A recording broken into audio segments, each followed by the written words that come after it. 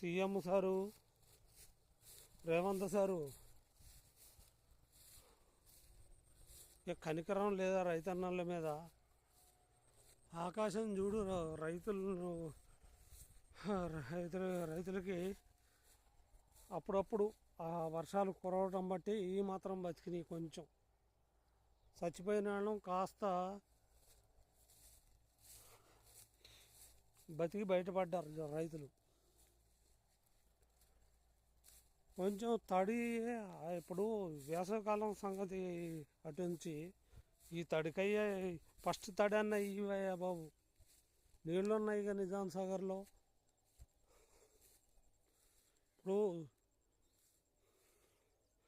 నీటి కోసం, ఆకాశం కోసం ఎదురు చూస్తుంది జనాలు.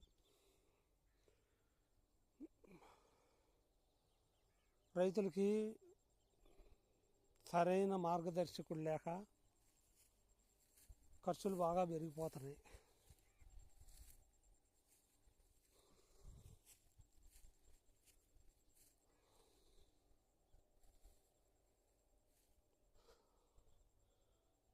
ఈ కాంగ్రెస్ పార్టీలో పదవుల కోసం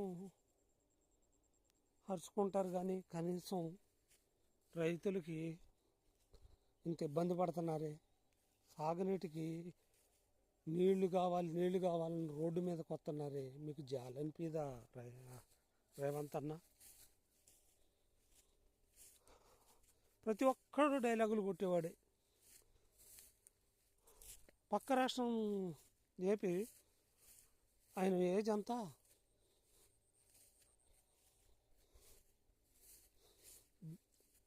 కేసీఆర్ గారిని అన్ని మాట్లాడినారు మీరు. చాలా టైంలో